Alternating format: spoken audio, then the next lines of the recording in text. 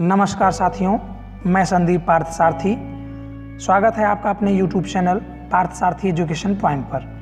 साथियों, बेसिक शिक्षा विभाग उत्तर प्रदेश में अब पेरोल मॉड्यूल सिस्टम लागू हो गया है, जिसके अंतर्गत हम अपनी salary slip, attendance proforma, form 9, NPS, GPF, group insurance और बहुत सारी चीज़ें ऑनलाइन मानव संपदा पोर्टल पर भरेंगे।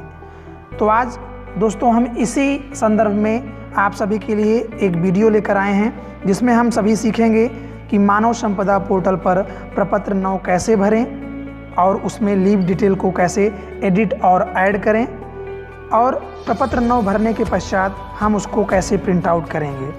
तो आइए शुरू करते हैं सीखने का काम लाइव वीडियो डेमो के साथ।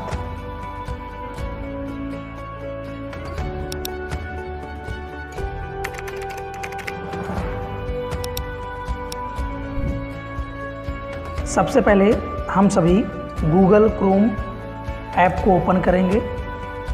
ऐप को ओपन करने के पश्चात हम सभी सर्च बॉक्स में मानव संपदा पोर्टल की वेबसाइट को लिखेंगे, सर्च करेंगे।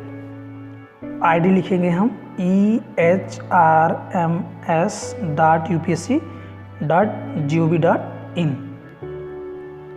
जब हम साइट को ओपन करेंगे तो हमें मोबाइल साइट को नहीं चलाना है, हमें क्या करना है, डेस्कटॉप साइट पर जाना है, जिससे कि हम डेस्कटॉप वाली साइट के थ्रू लॉगिन और सभी कार्य पूर्ण करें।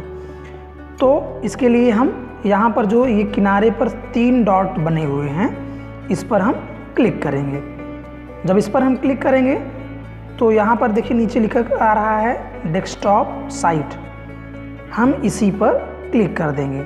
जब हम क्लिक करेंगे तो हमारी वेबसाइट यहाँ डेस्कटॉप मोड में ओपन हो गई है। इतना करने के पश्चात हमें लॉगिन करना है, जिसके लिए हम यहाँ पर दाहिने तरफ ehrms लॉगिन लिखा है, इस पर क्लिक करेंगे। जब इस पर हम क्लिक करेंगे तो लॉगिन की प्रक्रिया आ जाएगी, जहाँ से हम लॉगिन करेंगे। जहाँ पर हम ऊपर डिपार्टमेंट को चूज करेंगे, इसमें यूज़र आईडी फिल करेंगे और इसमें पासवर्ड फिल करेंगे, और इस कैप्चे को हम इस बॉक्स में फिल कर देंगे। फिल करने के पश्चात हम लॉगिन पर क्लिक कर देंगे। तो आइए डाटा को हम फिल करते हैं, और फिल करने के पश्चात लॉगिन पर क्लिक करेंगे। जैसे ही हम लॉगिन पर क्लिक करेंगे, हमारा पेज कुछ इस प्रकार से ओपन होकर आ जाएगा, जो कि हमारे सारी डिटेल्स का होम पेज होगा। तो यहाँ पर हम देख रहे हैं कि ये ग्रीन कलर का एक टैब दिखाई दे रहा है, जहाँ पर general, leave module, transfer module, payroll, service book इत्यादि लिखा हुआ है। तो यहाँ से हमें पेरोल वाले बटन पर क्लिक करना है। जब यहाँ पर हम क्लिक करेंगे तो यहाँ पर 2 ऑप्शंस थे, बेसिक एजुकेशन और सैलरी स्लिप। तो हम वहाँ से बेसिक एजुकेशन पर क्लिक करेंगे। जैसे ही हम उस पर क्लिक करेंगे तो ये हमारा अगला पेज खुलकर आ गया, जहाँ से हम पेरोल मैनेजमेंट के बारे में जानकारी जान सकते हैं। तो यहाँ से अब हमें 2 ऑप्शंस दिखाई दे रहे हैं, पहला सैलरी स्लिप और दूसरा अटेंडेंस। तो हमें फॉर्म 9 भरना है, उपस्थिति पत्रक भरना है, वेतनमान प्रपत्र। तो उसके लिए हमें अटेंडेंस पर क्लिक करना है, तो हम अटेंडेंस पर क्लिक कर देते हैं। जैसे ही हम अटेंडेंस पर क्लिक करेंगे, हमें पुनः 2 ऑप्शन मिल जाएगा, जहाँ पर लिखा हुआ है एक फिल अटेंडेंस और दूसरा लिखा हुआ है लॉग अटेंडेंस डाटा। तो दोस्तों, यह दोनों महत्वपूर्ण बिंदु हैं जो हमें अच्छे से समझ लेना है। समझना कुछ इस प्रकार से है कि यदि हमारे स्टाफ में कोई भी अध्यापकगण कोई भी लीव नहीं लिया है, तो उस दशा में हम लॉग अटेंडेंस डाटा पर क्लिक करेंगे और वहाँ से हम अपने डाटा को लॉग कर देंगे।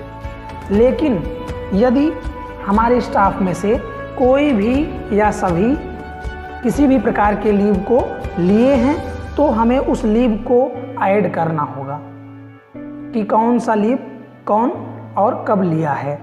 तो उसके लिए हमें फिल अटेंडेंस पर क्लिक करना होगा। तो सबसे पहले आइए जानते हैं कि यदि किसी ने कोई भी लीव नहीं लिया है तो हम फॉर्म 9 को किस प्रकार से प्रिंट करेंगे और उसे लॉक करेंगे। तो हमें उसके लिए क्या करना है, लॉक अटेंडेंस डाटा पर क्लिक करना है। तो क्लिक कर देते हैं हम। आपके विद्यालय का जो एम्प्लॉय अटेंडेंस है वह यहाँ से खुलकर आ जाएगा, जहाँ से यह देखने को मिलेगा कि जो लीव फ्रॉम और लीव टू है, वहाँ पर हम देखेंगे कि लिखा है ऑल डेज प्रेजेंट, यानी सभी लोग प्रतिदिन उपस्थित हुए हैं, और लीव में दिखा दे रहा है 00 और लीव रीजन में नो रीजन। ठीक, तो यह कंडीशन तब के लिए है जब आपके सभी साथी उपस्थित रहे हों विद्यालय में प्रतिदिन, कोई भी लीव ना ली हो। तो यदि इसको हमें लॉक करना है तो यहाँ हम देखेंगे रेड बटन एक दिखाई दे रही है जिस पर लॉक का बटन बना हुआ है, हम उसी पर क्लिक कर देंगे और हमारी अटेंडेंस लॉक हो जाएगी, हमारा पेरोल तैयार हो जाएगा। तो दोस्तों पहले हम ये देख लेते हैं यदि किसी ने सीएल लिया है तो उसके लिए कि हम क्या करेंगे, तब उसके बाद हम लॉक की प्रक्रिया को देखेंगे। तो यहाँ से हम बैक पर क्लिक कर देंगे और हम पुराने वाले पेज पर आ जाएंगे, पिछले वाले पेज पर आ जाएंगे। अब हमें यहाँ पर क्या करना है, यदि हमें किसी भी टीचर के द्वारा लिए गए सीएल को ऐड करना है या एडिट करना है तो उसके लिए हम फिल अटेंडेंस पर क्लिक करेंगे। तो हम इस पर क्लिक कर देते हैं। क्लिक करने के बाद आपका पेज कुछ इस प्रकार से खुलकर आ जाएगा, जहां पर आपको एडिट और ऐड अटेंडेंस का ऑप्शन मिलेगा, यहाँ पर आप क्लिक करके जिस भी अध्यापक ने सीएल लिया है या कोई अन्य लीव लिया है उसको हम यहाँ से एडिट कर सकते हैं। तो चलिए, जैसे मान लीजिए कि इन्होंने लीव लिया है और हमें इनको ऐड करना है कि इन्होंने कब और किस कारण से लीव लिया है, तो इनकी हम अटेंडेंस को एडिट करते हैं। एडिट करने के लिए हम ऐड/एडिट अटेंडेंस लिखा है उसी पर क्लिक करेंगे। जैसे ही हम ऐड या एडिट अटेंडेंस पर क्लिक करेंगे वैसे ही हमारा पेरोल मैनेजमेंट के द्वारा अटेंडेंस शीट खुलकर आ जाएगी, जहां से हम सभी यह देख रहे हैं कि यह अटेंडेंस कब से कब तक फिल की जा रही है, उसका विवरण यहाँ पर दिया गया है, एम्प्लॉय नेम, डिजिग्नेशन वगैरह यहाँ पर दिया गया है। तो हमें यहाँ पर भरना है कि leave from to leave to, कब से कब तक सीएल लिया गया है। तो यहाँ पर हम इस पर क्लिक करेंगे और यहाँ से हम डेट चूज करेंगे कि उन्होंने किस दिन सीएल लिया है। तो हम यहाँ से चूज कर लेते हैं और जैसे ही हम डेट पर क्लिक करेंगे तो वहाँ से दिखाई देगा कि वैलिड डेट, तब हम क्या करेंगे, ओके पर क्लिक कर देंगे। जैसे ही ओके पर क्लिक करेंगे तो ये हमारे यहाँ लिख जाएगा और यहाँ हम लीव टू पर फिर क्लिक करेंगे और यहाँ से भी हम डेट को फिर से चूज़ करेंगे। जैसे ही चूज़ करेंगे पुनः वही मैसेज आएगा वैलिड डेट, तो हम ओके पर क्लिक कर देंगे। ओके पर क्लिक करने के पश्चात हमें रीज़न फॉर लीव ऑप्शन को फिलअप करना है। यहाँ से हम इस पर देखेंगे तो यहाँ पर हम जिस प्रकार के रीज़न के कारण हमने लीव लिया है उसको हम यहाँ पर फिलअप करेंगे। तो जैसे इन्होंने कैजुअल लीव लिया है तो उसके लिए हम कैजुअल लीव पर क्लिक कर देंगे। क्लिक करने के पश्चात यहाँ से हम लीव का स्टेटस फिलअप करेंगे, अर्थात कि लीव का स्टेटस क्या था, तो ये जानना आवश्यक है। जैसे मान लीजिए आपका सैंक्शन लीव है, अर्थात यदि आपने सीएल डाला था और उसको आपके ऑफिसर ने उसे कंफर्म कर दिया था, तो आप इस पर क्लिक करेंगे, अन्यथा की स्थिति में आप नॉन सैंक्शन या अनऑथराइज्ड लीव पर क्लिक कर देंगे। तो हम यहाँ से किस पर क्लिक करते हैं, सैंक्शन लीव पर, और क्लिक करने के पश्चात हम सबमिट पर क्लिक कर देंगे। कहाँ पर क्लिक कर देंगे, सबमिट पर। तो सबमिट पर क्लिक कर देते हैं। अब यहाँ से रिक्वायर्ड है तो यहाँ से हम लिख देंगे कि CL1 और सबमिट पर क्लिक करेंगे। जैसे ही हम सबमिट पर क्लिक करेंगे तो हमें यहाँ लिख कर आ जाएगा कि सक्सेसफुली सेव्ड, और तब हम ओके पर क्लिक कर देंगे।